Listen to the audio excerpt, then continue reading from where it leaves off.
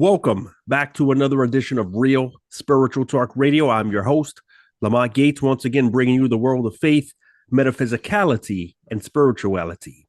Today, my guest had a near-death experience at age 7, and 7 years later, he had another. Joining me today, ladies and gentlemen, is near-death experiencer, Mr. Andrew Bauer. Andrew, welcome to Real Spiritual Talk Radio. Thank you for having me, Lamont. I appreciate this.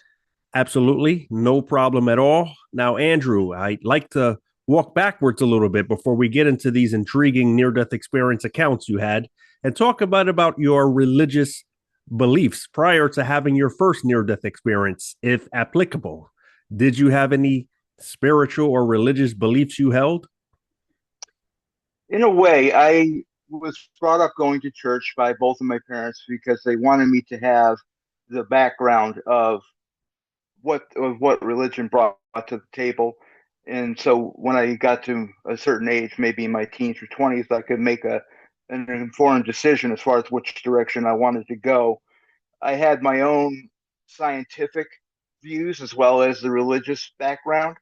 And for me, it was kind of a mixed bag where I felt like I didn't quite belong to any one area or another. I wanted to believe that there was something beyond us, beyond this earth, and that there was, but to have science explain it in a way where it made sense, it was always it came back to a question of logic for me, where if it doesn't make logical sense, I have a hard time accepting it. Sure. But of course, your first near death experience was caused, or rather, started at the age of 7. So very, very young, right? At the age of 7, Yes. 9 out of 10, what we have are the influences from our parents, which probably would have been a little bit of the religion at the time as well, was it? Yes. Yeah, it was my father was more religious than my mother, and that continued all the way through till their deaths. But my father definitely was a big influence in my life, and so he kind of pulled me into church. I actually got confirmed at the age of 12. And I went to an Episcopal church when I was growing up, and I felt like I belonged in some ways, but when it came to the actual belief, I had a hard time grasping everything the way it was being told. And I think it was because of the teaching. The person who was teaching was not very open to questions or discussions.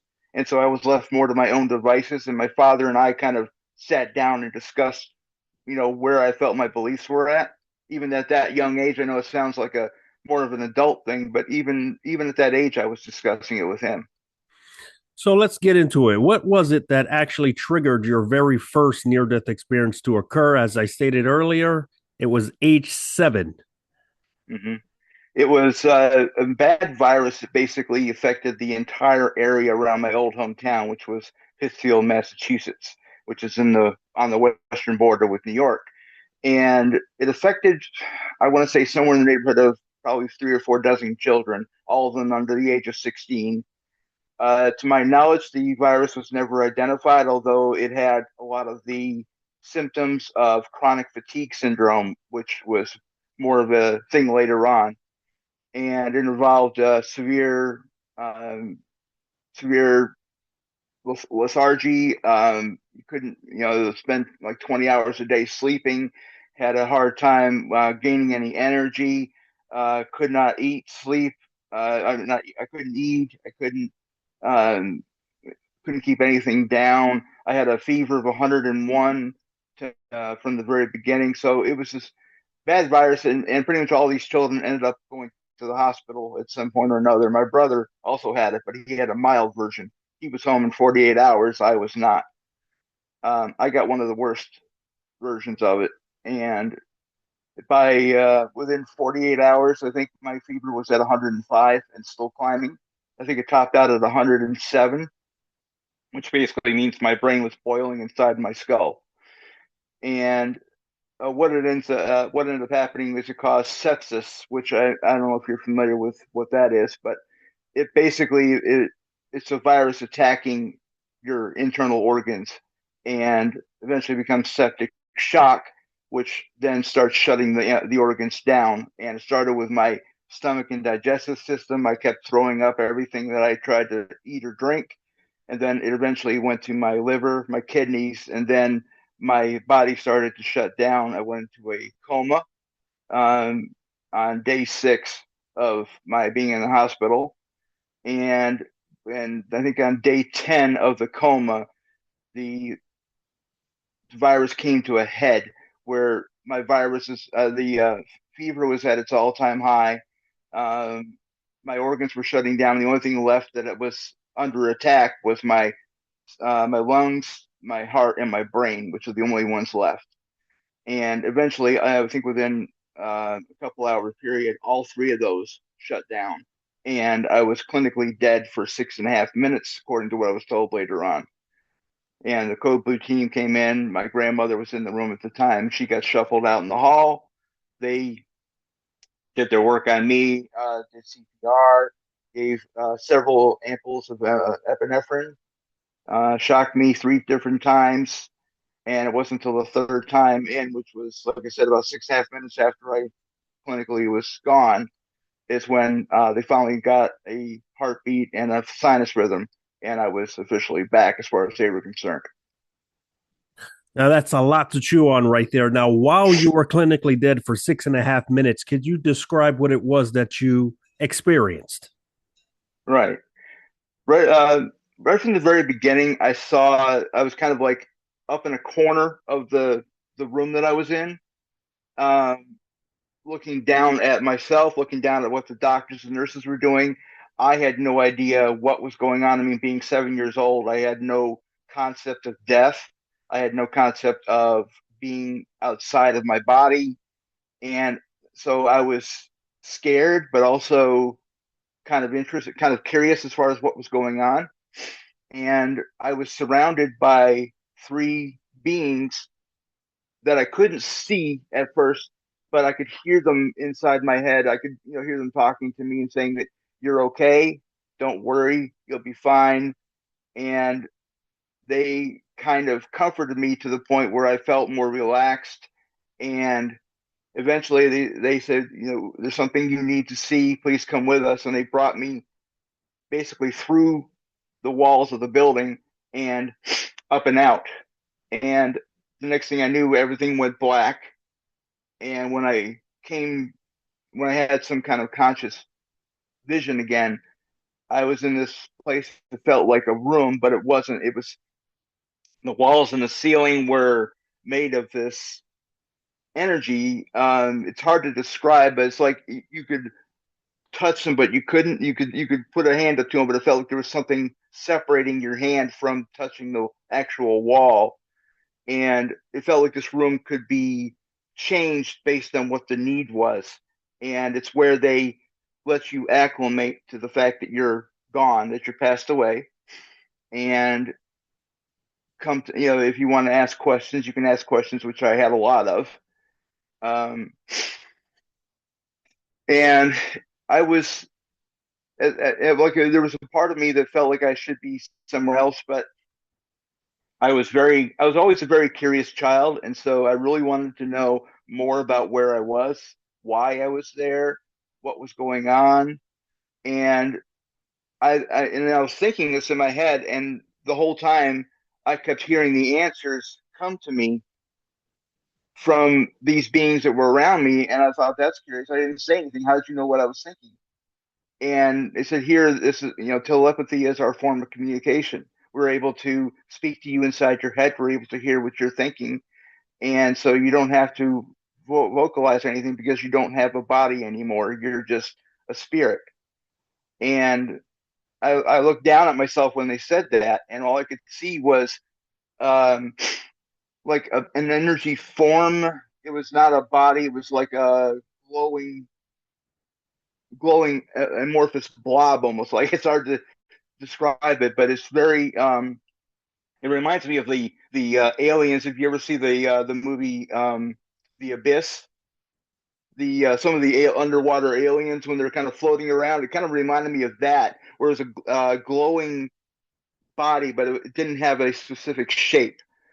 And when I tried to hold up my hands, it was just part of the blob. There was no part where it felt like my hands or my feet or my head or anything that I was used to seeing.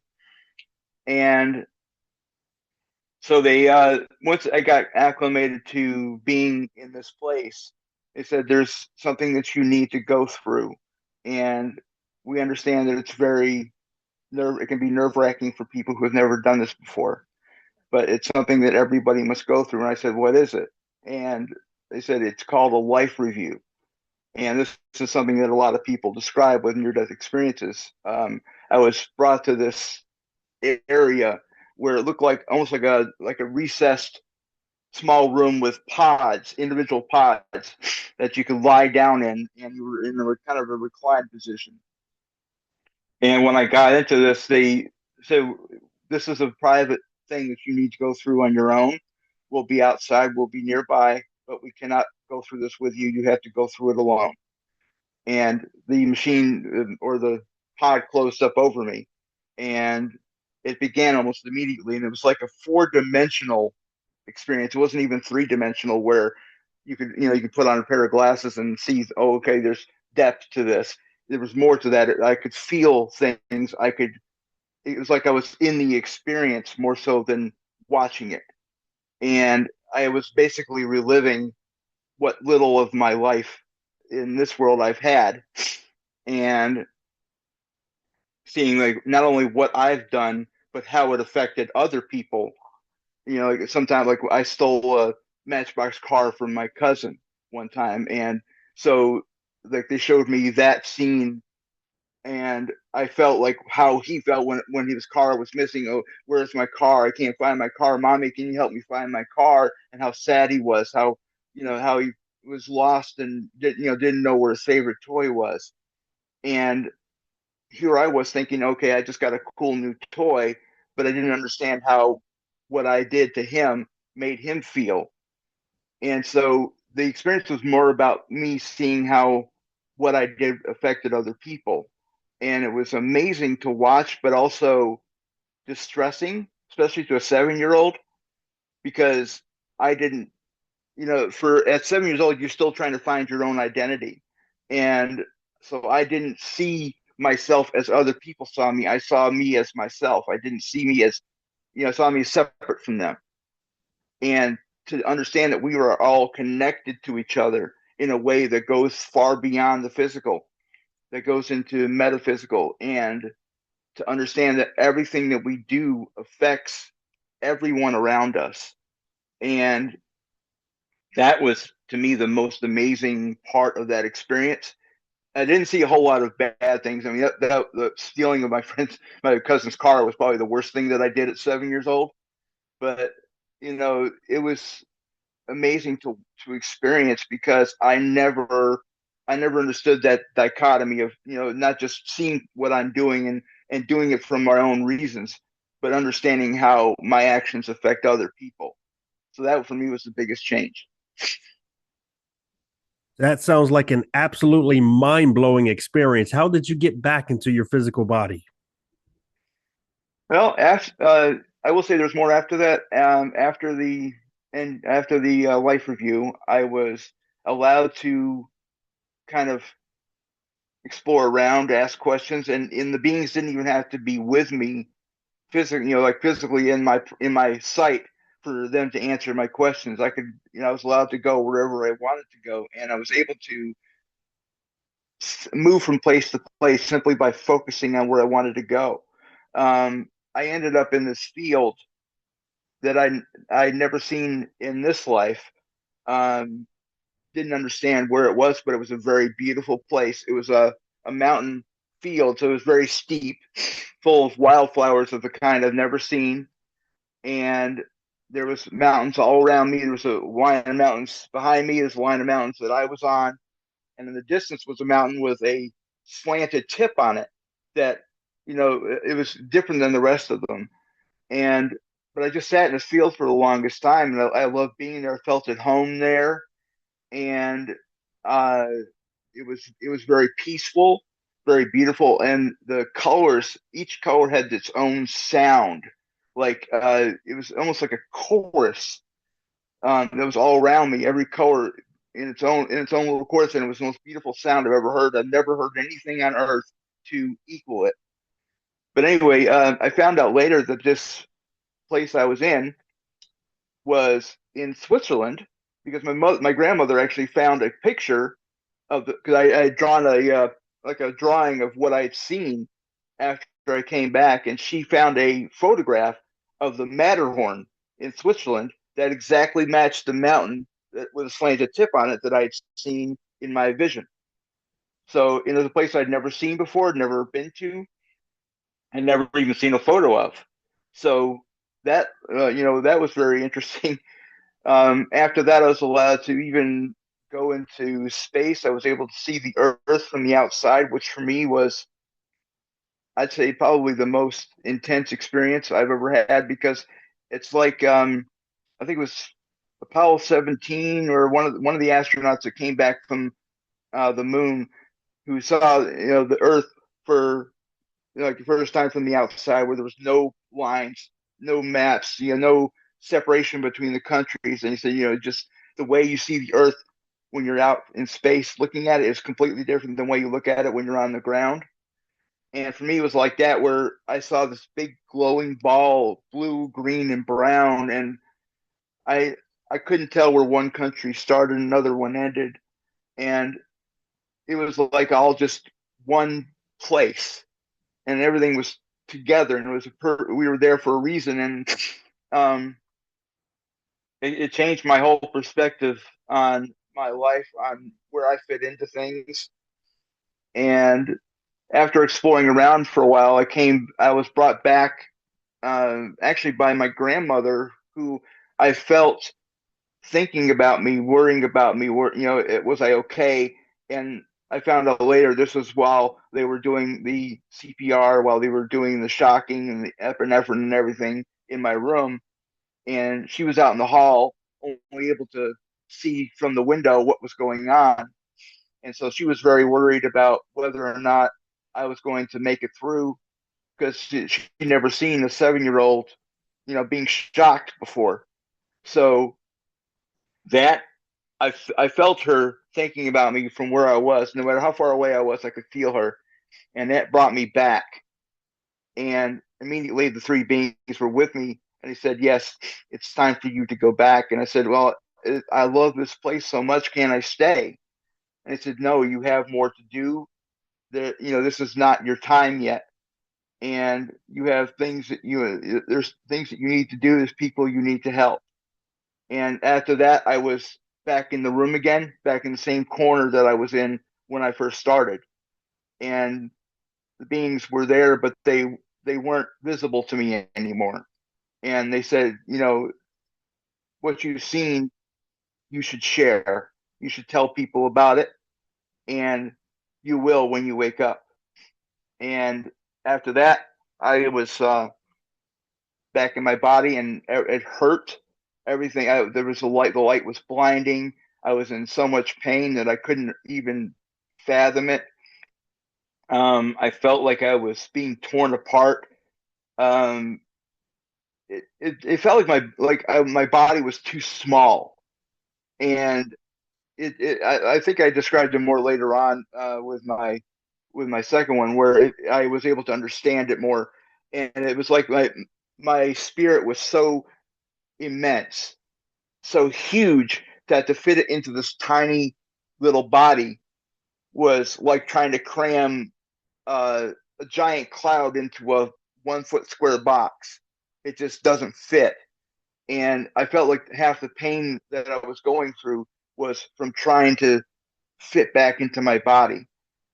But it took me, after I came back, I think a full month to just to acclimate back to time, because time in that realm does not pass by like it does here. It's completely different. It's You can make a moment stand alone, stand for almost an eternity. You can experience an entire lifetime in a matter of a minute. And so to acclimate back to a linear passage of time where there's day and then there's night, and each minute follows the last, it took me a full month to get used to that again. So but it was very painful coming back, and not just physically, but I felt like I'd seen something and experienced something that I didn't have the words or the mental capacity to understand yet. And so it was a lot of introspection. Um, I was thinking things that no 7-year-old should really have to think, and trying to, put all of this stuff that I'd seen, all that I'd experienced into a framework that I could understand. And my grandmother helped a lot with that because she was very metaphysical from long before I was born. And she and I were also very close in that we were like twins. I would be reading a book, I'd call her up, she'd be reading the same book, and that kind of, mental connection. And she seemed to understand more than anybody else in my family what I was going through, and that it was difficult for me to understand what I'd seen.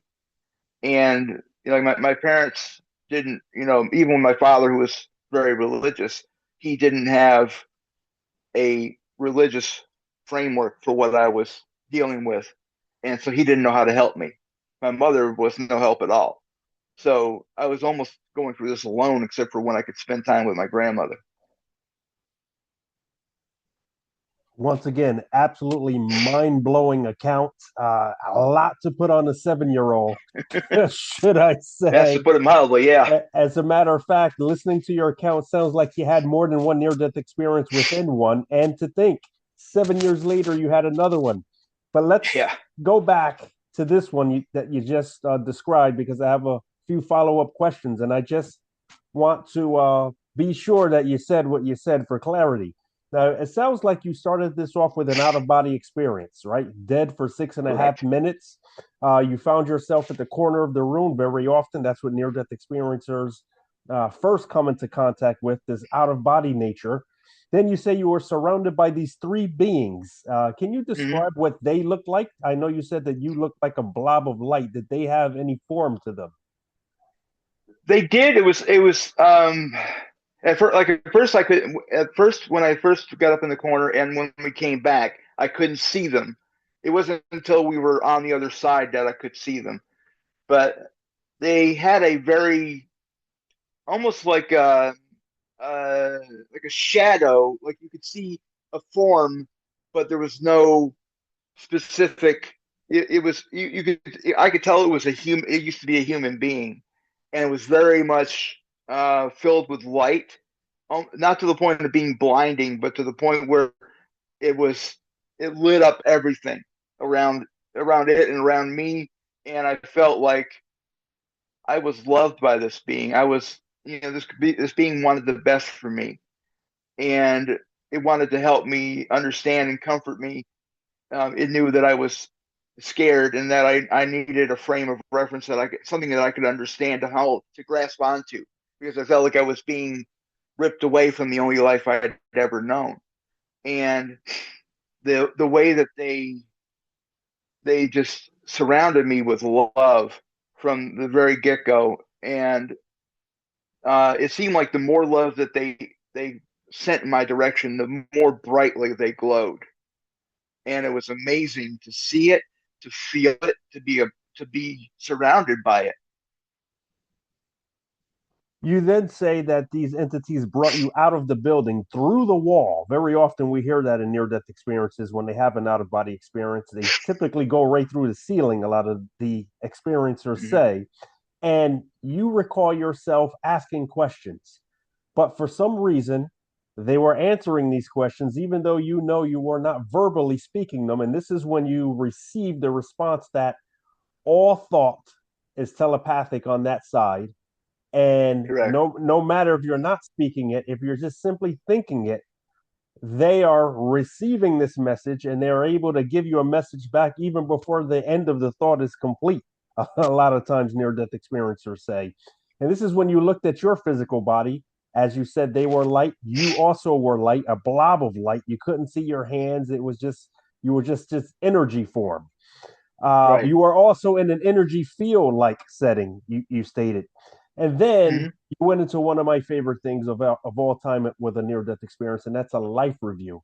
Now, there are some researchers out there that say, well, little young children don't have life reviews because they haven't lived long enough. Not true at all in your case, Not true at because all. you had a life review at age 7 and it taught you a moral lesson about how you Right. stole something from your family member and you saw the Hmm. pain that that inflicted on him. Very young, you still received that lesson at age 7 in the form of a life review. You Correct. then say you were able to investigate the place a little bit more, and you ended up in this beautiful field, mountainous. Hmm. There were mountains everywhere. Later on, you say that a picture was shown to you, and it looked like Switzerland, a place in Switzerland. There, though, you said the colors were very vibrant and that they made sounds. So they Right. weren't just visual, but they were auditory in some way, shape, or form, which is fascinating. Then you say something that was very profound. You were able to venture out into outer space, and there you Correct. were able to see planet Earth for the way it almost was destined to be made, right? Without borders, without Without lines, borders. without countries. You just saw a planet and a planet with life on it. You know, Right. very fascinating. It Um, felt very alive, like it was almost surrounded by its own energy and projecting it. And it was the most beautiful thing that I'd ever seen, and I've never seen anything like it in any of the movies or films of the Earth from the outside that I've ever seen. There's nothing like what I saw. And I think the central message there is we're sharing this planet together. Things like borders are man-made. Uh, you know, the separation that we put upon ourselves, we look more at our differences rather than our similarities. You know, the central message is this planet is for all, right? Um, Yeah, it's like we're connected to each other, and everything's connected to us. We're connected to everything, and a lot of the issues that we have are self-created because we don't understand that we're connected to each other. Beautiful message. And from there, you had a concern for your grandmother, which ultimately brought you back into your physical body, which Right. eventually you woke up from this coma and had to reacclimate yourself physically, mentally, and spiritually. And with the help of that grandmother, you said you were able to do that. But then 7 years later, There something we else go again. happens. Yes, correct. Why don't you tell us what it was that triggered that one at age 14? Right. So that one is actually for me the most like when I'm telling a story of my near death experiences. That's the part. It's like I almost can't wait to get to that part because that one for me was the life changing one, more so even than the first. It was caused by a bully of all things. I was actually one of the things that I was shown in my first near death experience was that I was going to experience a lot of different things, a lot of pain, suffering. I was bullied from 3 months after that first near death experience all the way through past the second one till I was 16. And one of the bullies that I was most targeted by was actually at the same camp that I was at 2 hours away from my home. And he was in a barn setting, is a farm that had been converted over to a camp. And these barns, the top level where the loft used to be, was topped by an A-frame roof, and the roof was supported by these 4 by 4 inch beams, wooden beams. And so the bottom corner of those beams was sticking out into the room a little bit. You know what I mean? Like it was set up in a flat orientation, supporting the roof above, and then the corners jutting out. And so when this kid came after me. He knocked me over the bed that I was going to sleep in, and then came around the bed, grabbed me by my neck and shoulder, pulled me up, punched me several times in the face, and then threw me backwards at the wall. And unfortunately, because of the way I was leaning over a little bit, that one of the beams, the corner, caught me right in the bottom of my brain stem. And I don't know if you're familiar with how that works, but the brainstem basically controls the more basic functions of the body, the heart rate, the your breathing, things of that nature. And so as soon as that made contact with my brainstem, it was like going into shutdown mode. My breathing stopped, my heart stopped. Immediately, I dropped to the floor like a sack of potatoes. And um, from what I understand, the bully ran away as soon as he saw me lying there. Other kids started yelling for help. The A lot of the camp counselors came running because they were a floor down from us. And one of them, thankfully, knew CPR, started to do the chest compressions, the breathing, the whole 9 yards. But I was down for a full 3 minutes before the ambulance that they called for arrived. And then the paramedics had to basically bring the stretcher up 3 flights of stairs to get to where I was, strap me down to it, and then bring me back to the ambulance. So I was already down most of 5 minutes before they got me to the ambulance. The whole time the guy was still doing the CPR, and then the paramedic took over once they got to the ambulance, and then they continued doing CPR in the ambulance on the way to the hospital. And he actually brought me back to a sinus rhythm when I was about a minute or so out from the hospital. But I was down for a total of 7.5 minutes from when I first made contact with the beam till when they resuscitated me in the ambulance. Now, while you were out, I know the last near-death experience was 6.5 minutes. This one, you're estimating about 7.5 minutes. What was it that you experienced here? Wow. Let's see. First of all, I was back at this time. I didn't go into the corner of the room. I went straight to the what felt like a room where I was acclimating again. I never had the experience of being outside of my body. I was there and then I wasn't. And so everything went black, and then I woke up straight in this room, this energy room, or whatever you want to call it. And ironically, the same three beings that had been with me the first time were there the second time because I recognized their energy. If that makes sense, like each being has its own feel to it. You can tell, like even though we're all connected, we're all part of the same network per se. Each one of us has our own energy that you can recognize as being a certain being versus the rest of the collective, so to speak. And this time I had an easier time acclimating because I'd already been through it before, um, and so I was able to go to the into the life review almost right away. Um, and then this time was very much different because by this point I'd already experienced bullying for 6 years since the last one, and I'd had a severe spine injury. I'd had 13 of the 15 brain injuries that I would end up suffering due to the bullying, and so I wanted to know why I was going through all this, but that came after the initial life review. And this time I'd done a few more bad things, if you want to say that. And so this experience was a little bit more poignant as far as pointing out this is what you've done and this is how it makes people feel. And the first time it was like a revelation for me, but this time it was more, oh, okay, that's why they say this. That's because I didn't quite grasp it. 7 years old, you don't have a mental framework to understand a lot of things. But at 14, I did. So it made more sense logically to me than it did the first time around. Um, but after the life review, when I came back, I asked the well, I think I just kind of put it out. And why did I have to go through all this pain? Why did I have to go through all this suffering? And one of the beings who I later learned had actually taken its own life the last time around.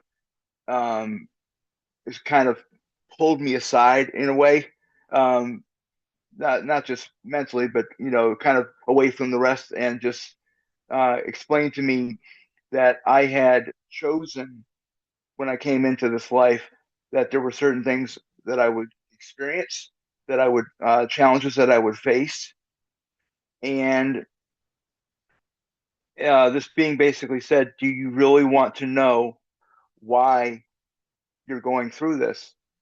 And at the time, I was sure of course, I want to know. I mean, this, why would people hurt? Why would people hurt other people? It doesn't make any sense to me. And I said, but we will show you, but what you're going to see, what you're going to feel, and what you're going to experience is not going to be a pleasant experience for you. And are you sure you want to see this? Yeah, I'm sure. Then not thinking that it couldn't have been that bad. But they put me back into the same pod, and this time I saw a different life review, a life review from 2 lifetimes ago. And it turned out I was in New York City in the 1800s, and I was working for a banking institution. And this job that I was in dealt with like security and not security, but securities and stock trading. And my original purpose in having this job was to help people gain financial independence and to uh, pull them out from their financial doldrums. But I basically was overtaken by greed, by um, a selfish need to possess the money, to possess the power, possess the position, and basically that led me down the wrong path, where the path I originally intended to be on was completely gone, and I was on a whole different path with a different outcome. And that's when I learned very early on that if you choose the wrong path, that it can affect not just your life, but so many other lives. And what I ended up doing was, instead of helping people, I stole from them.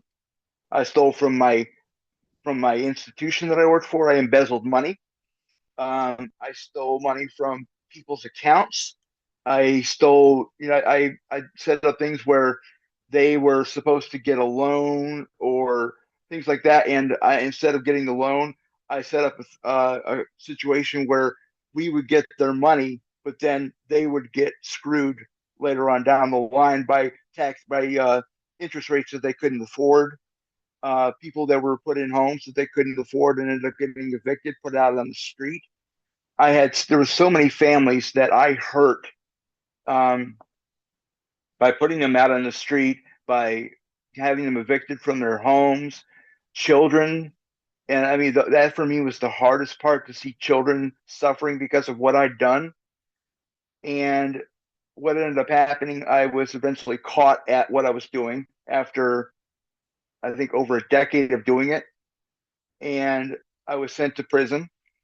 Um, And while in prison, I ran into 3 people whose families had been hurt by what I'd done, who obviously knew who I was. And they killed me, to put it in an easy way. They stabbed me to death. And because while I was in prison, my wife divorced me, my 2 children disowned me.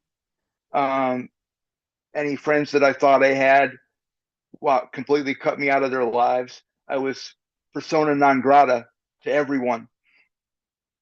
And they took everything that we had. Like, we had a very um, beautiful home in the Upper East Side. We had another one in the, I guess what was called the Village area, down like further down Manhattan. So we had an apartment in the Village. We had a beautiful home up in the Upper East Side. All that was taken. All the money was taken. Everything that we bought with it was taken. Everything was gone. And so obviously my family hated me. Everybody I'd ever known hated me. And when I was killed, I was buried on a place called Hart Island, which is in the middle of Long Island Sound. And what it was for was prisoners or indigents who, who died and didn't have money for a proper burial, or, like I said, were prisoners and just they needed a place to put them, so they buried them out in a place called Potter's Field on Hart Island, and it was a forgotten place, abandoned. Nobody cared about it. Nobody showed up at my funeral. In fact, several of the families that I had harmed who had managed to pull themselves back up, they actually threw a party when they heard I was dead, and invited whoever wanted to come and celebrate the fact that I was no longer on earth. Basically, um, ding dong, the witch is dead, sort of kind of party. And this whole time, all I could think about was every family that I'd harmed. I saw every single one of their faces. I saw these children's faces that were on the street, begging for money or begging for food. And it broke me. Lamont, it broke me so badly that if there had been a place like hell, a real hell, I would have gladly thrown myself into it right at that moment because I couldn't stand. I even screamed out, "Please make this stop! I don't want to see this anymore." And a voice came to me, "You have to. You asked for this. You wanted to see this. This is why." And it was a very stern voice. It was like there was no brooking and no argument with that voice. And it, like I said, the whole experience broke me down, humbled me. I was filled with so much remorse, regret, anger at myself for what I'd done, anger coming off my path and doing this to people, because in this life I've been all about helping people and doing the right thing. I think I've only really harmed somebody one time in my life, and that was when I had no choice.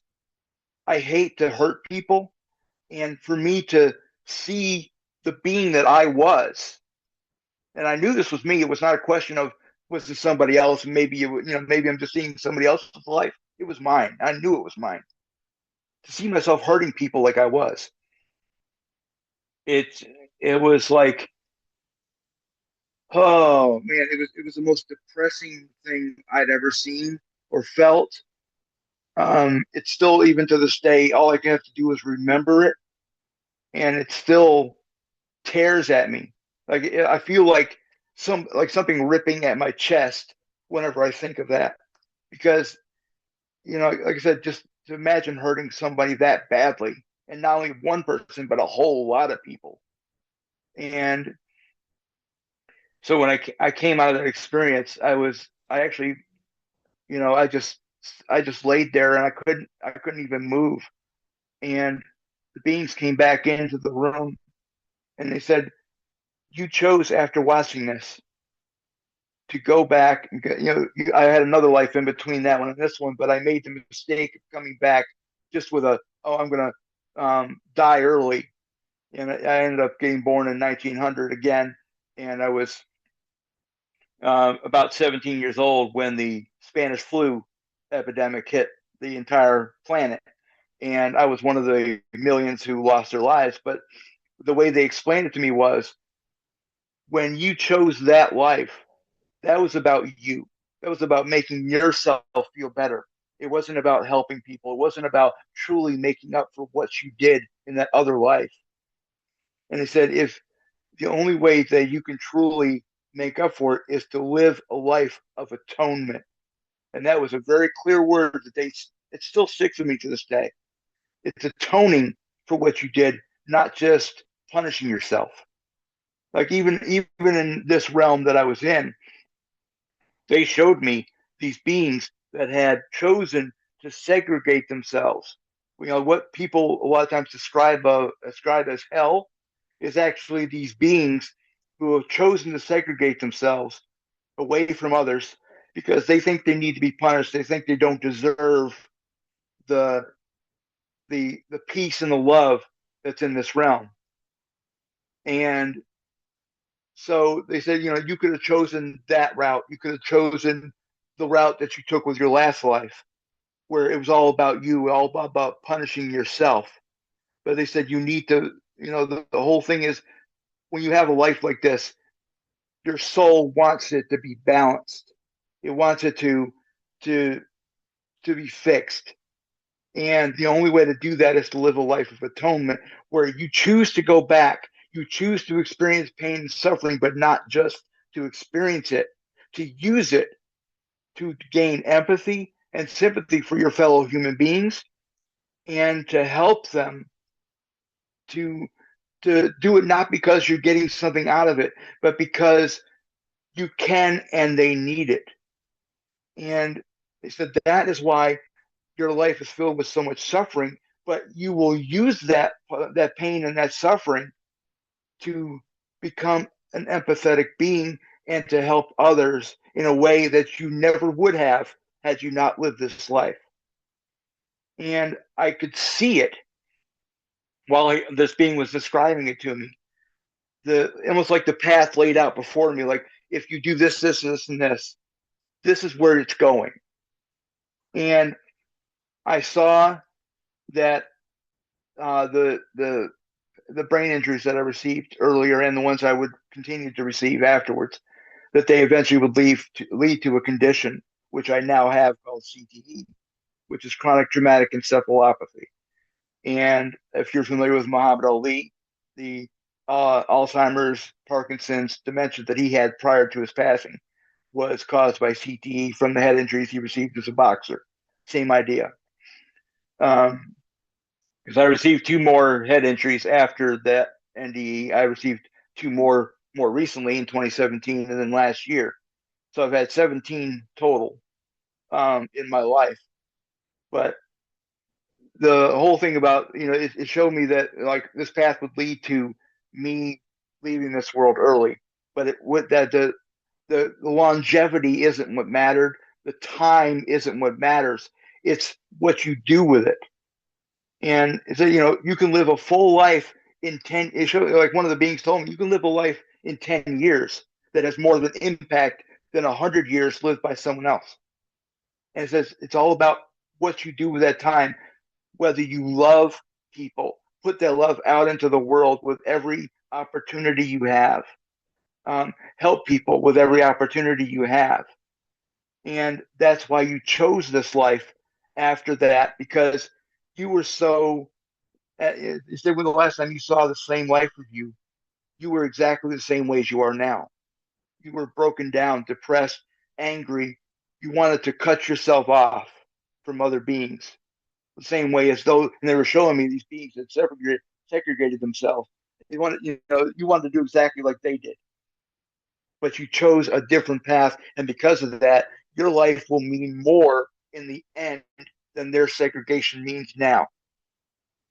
So after that, I think I had to kind of go off by myself for a while. They kind of knew that I wanted that time alone. I had to process that, and it made me see things so differently. And like I said, even now at 53, and I mean it's been 39 years since that one, and to this day, just putting my mind back to that experience is enough to make me understand, I don't care how bad my life might get. It doesn't matter. Because it's having a purpose. It's helping people. It's, I'm able to love where I once hated. I'm able to help where I once harmed. And that to me means more than anything else I could ever do. Um, but being off on my own for a while, I was able to kind of come to terms with what I'd chosen. And one of the beings I could hear inside my head said that, if you choose to go back, you say you can choose to stay. We'll give you that choice this time around. One time, you have that choice. If you want to stay, you can. But if you go back, your life will be filled with pain. It will hurt. You will have physical pain. You will have emotional pain. You will have psychological pain. But your life will mean something. It will allow you to atone for what you just saw. And um, the number of lives that you can help with this life is immeasurable. And that was the word, immeasurable. There's no way to count it.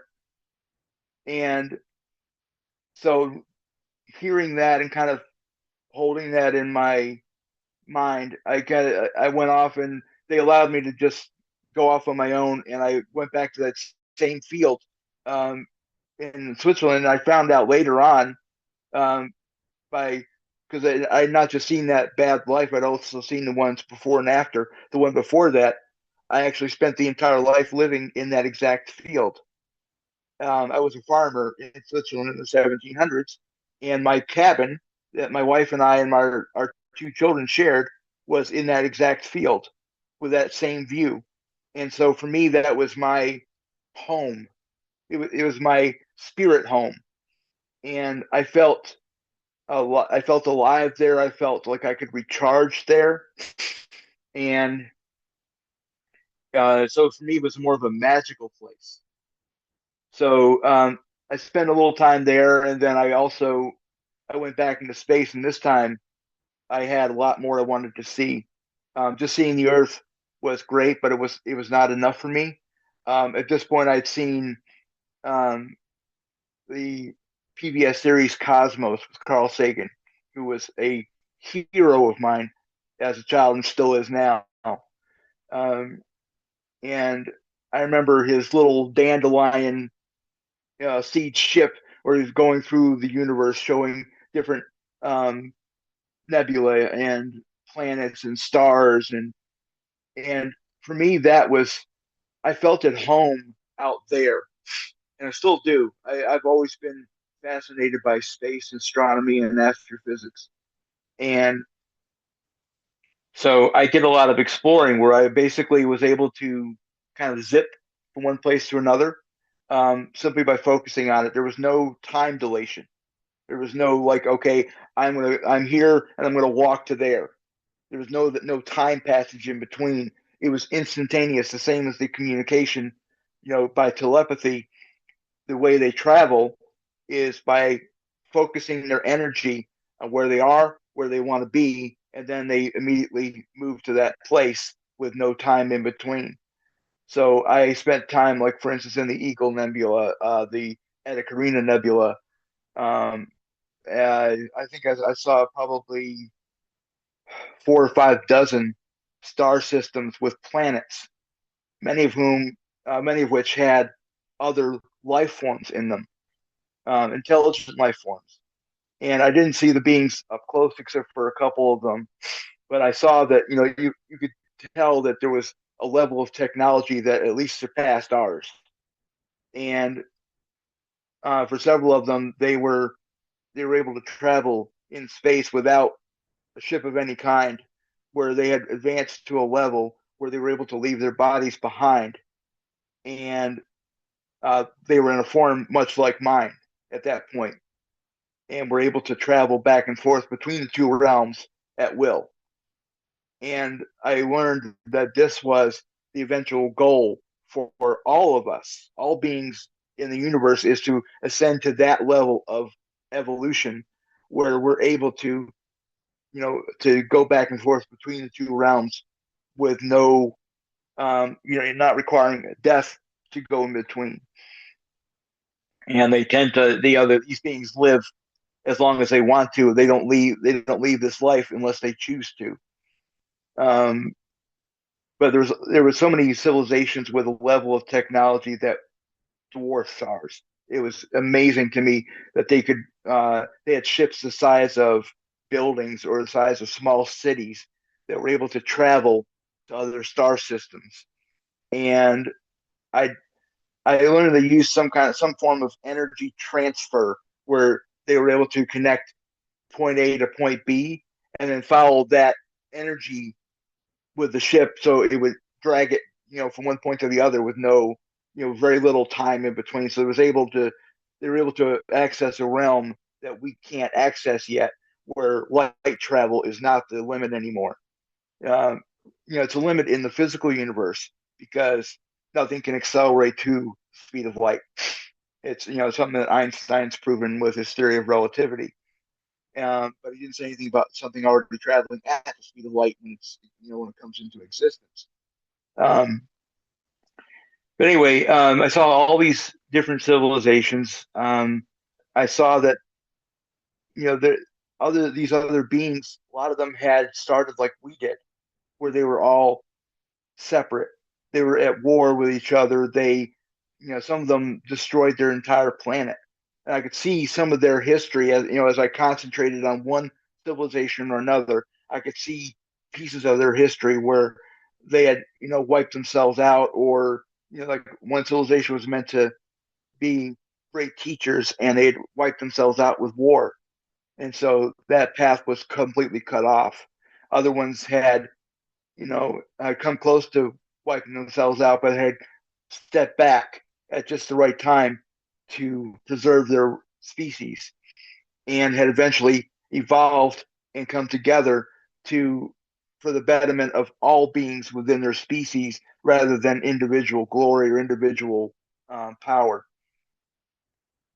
And I saw that this was the path for us, that it was that human beings were no different than all these other beings, that we have the same capacity to come together, to love, to evolve, to advance, and to eventually become like these other beings that I saw, these other civilizations. But that it's up to us which path we take. And I think, in a way, that knowledge has guided me as much with what I do with my life and how I do it than anything else. Because um, to know that this is our future, and I actually saw when I came back from my exploration, I saw something that still sticks with me. I was just describing this a couple days ago, actually, to somebody. Are you familiar with what storyboarding is on a movie? Yes. Where they Okay, it's where they basically they have someone come in and kind of draw what the action's going to be in each scene and so on, so that the director and everybody can be on the same page. Well, this plan that I saw was laid out like a storyboard, but it was alive, where I could focus on one scene or another, and I was in it, almost like my life review, where you could be part of it. You could see, okay, this is how things are going to go, and it was the plan for what's going to happen with us. And it showed that things are going to get much worse before they get better, but that they will get better because eventually the people who are so I'm trying to think of the best word. They're so obsessed with maintaining the status quo, maintaining their power, maintaining control over the rest of us, that once things start happening that will affect them directly, it will change their perspective. And eventually, they and the people who blindly follow them will um, come around. And it's going to take, it's not going to happen immediately. It's not going to happen even in a lifetime. But over multiple lifetimes, people returning to Earth, and it's going to eventually the balance is going to shift. Where right now it's down on one side, but it's eventually going to get balanced out. Where eventually there's going to come a turning point where there's more people who want things to change than want it to remain the same.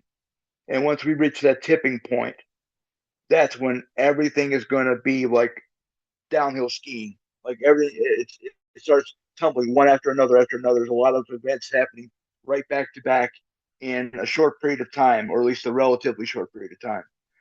And eventually, what this will lead to, let's just say that if you've ever seen any of the Star Trek series and TV, they have nothing. Don't even hold a candle to where things are going for us eventually. And I mean, we're talking about where people have fully come together. They understand that we're all connected. There's more. That's why there's more and more beings like me coming back and being sent back to tell our stories and to dispel the fear of death, to make people understand that there is a truth to what's on the other side that a lot of people don't yet realize and haven't yet grasped. Because if they did, if they saw what we saw, even for a minute, it would completely change how they act, how they think, how they talk, everything about their lives. And so, as more and more of us come back and tell our stories, more people get convinced that this is real, that this is the way we need to go. And as the balance eventually tips with more and more people, like I said, coming back and being convinced, because it's not just us coming back, it's us convincing people who are here who haven't had these experiences.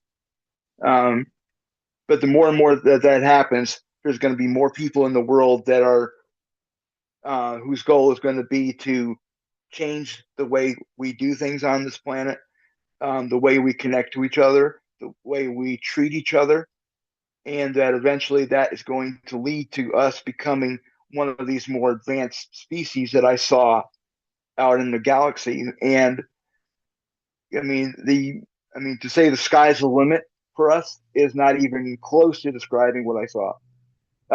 If we are able to do this, and basically what I was told is there's no way it can't happen. Like this is going to happen. It's just a matter of how long it takes. Because there's always free will. We have the free will to choose differently. We could choose right now to change things, but we don't. There's so many of us that don't do that yet. Wow, So very that yes. was the most amazing thing. Yeah, well, listen, I thought the first near death experience was profound. This one just takes the cake. I mean, just to go backwards once again, I want to just clarify some of the statements you made and just follow up with these follow up questions. Now, in this one, now you know I've been so excited to get to that part. yeah, excitement isn't even a word. So, at age 14, you had some sort of puncture or blow to your brainstem after a bully attacked you.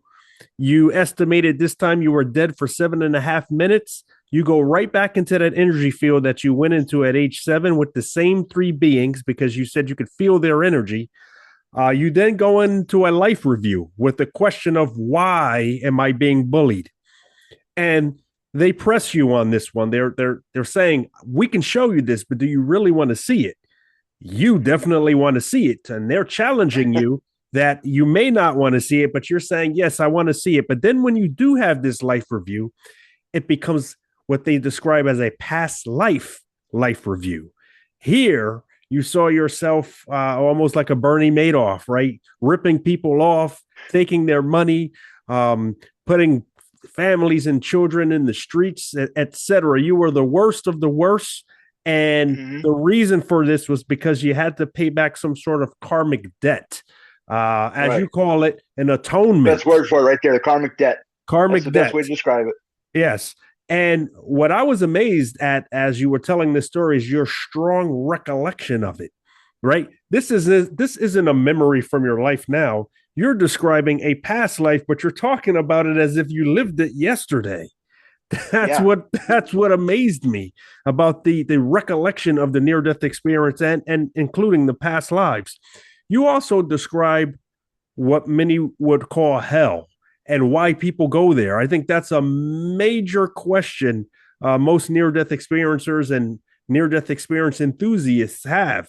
And you said it's a way for the individual to self segregate based on poor earthly decisions in order to create balance. So, in other words, they could choose to reincarnate, or because they feel so bad about what they did, they'd rather go into that separation place of darkness that's separated from the light and the beauty and the joy. Yeah, it's more. It's like they choose to segregate, and for what they told me, this was not the best way to do it. That it was more that way was more about self and wanting to make yourself feel better, and going back and atoning was the more preferred path, if you want to call it that. Yeah, it's almost like self-victimization, right? To put yourself in that darkness rather than coming back and really doing the work, putting the work in to realize that it's not about you, but it's about us, right? So then you stated that, and there was something very profound there. You said that lifespans how long a person lives doesn't matter. What matters is what you do while you're here. So, for example, you could have died at age 7. You could have died at age 14. It's what you made of this life. You could have died at age 100 and never gained any kind of wisdom. It's what you Yeah. do while you're here, not just for self, but for others. Yeah, Uh, because my last life in between that bad one and this one, I lived to be 17. I chose to leave this life early, but that life meant really nothing. It didn't fix anything. It didn't change anybody else's lives. I just died early. So it was like I never existed at all. And that's what I learned when I saw it. and you talk about being in that life review, looking at that past life situation and the challenges and the things you did to others was almost like a hell in itself. You couldn't. It, Yes, it broke you down, right? You didn't need to self-segregate because that was hell in and of itself. You then say you were able to explore once again. You went back into that field. You went back into space, and here you said you were able to see lives and other planets, extraterrestrial lives, and how mm-hmm. advanced these lives were. And you were almost given a future glimpse of planet Earth and how we, at some point, with the change in mentality, that we would also strive and make it to that type of advancement, evolution, and enlightenment that you saw on the other planets out there. Exactly. And I've read many near-death experience futuristic accounts, and they all say something similar, that planet Earth is going to be changed into something metaphysical, right? It's not just going to stay in its limited form as it is now. The quality of the people will be better. The quality of the Earth itself will be better. In fact, it won't just be material, or it will be a combination of spirit and material. And we can find a Right. lot of that information in some of our religious texts as well. So this is just mind blowing that you In came fact, back. what I was told directly is that at the end of this, the you will be able. I think trying to think of the words to use, that this world will be indistinguishable from our experience on the other side. In other words, we'll be able to. It's not like we'll be able to move back and forth per se, but more that living here won't be as bad as it is now. It'll be a place that people don't necessarily want to leave. That there's going to be more people that want to come to here because we will have improved things so much that it won't be the hellish experience that it is now. Gotcha. Very, very deep, profound near death experience or near death experiences you came back with. And I'm just floored right now, and I'm sure the audience will be as well. Now, we started this conversation off with the religious question. You said you grew up with some religion, but you were mostly science minded. What does the topic of religion look like to you now, after having these profound near death experiences? I've actually been asked that quite a lot, based on me telling people about my near death experiences, and are you religious now, or do are you still scientifically minded? And I said, I'm neither one of those anymore. I consider myself, I think the best word is spiritual, where it's not about organized religion, it's not about science, it's both, but neither. And I know it doesn't make sense in a way, but it's I believe in God for one thing. I know there's one. I saw and experienced a being that I know people call God, and whatever you choose to call it, God, Yahweh, Source, whatever the case might be, it doesn't matter what you call it because the name doesn't put it in a box. Um, this being is love personified, and like I felt like every being that I ran into, that I encountered, including those three that were my guides, like their love didn't come from them. It came through them from this being that we call God. Listen, Andrew, your story, your account alone can be a masterclass of itself. That's just how profound and deep your near death experience goes. Almost leaves the individual speechless that one individual came back with all of this information. Um, I want to thank you for coming on Real Spiritual Talk Radio With that I said, want to and thank you for having me, Lamont, because that means a lot. yeah, and sharing that absolutely fabulous account.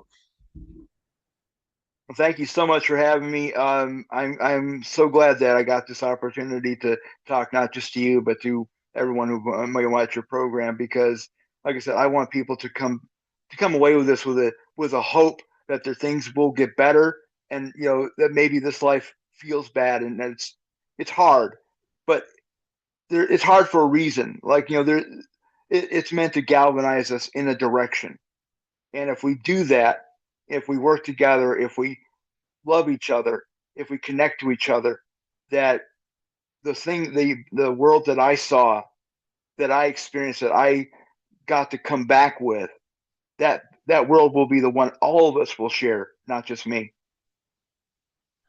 And that is an absolute joy to look forward to.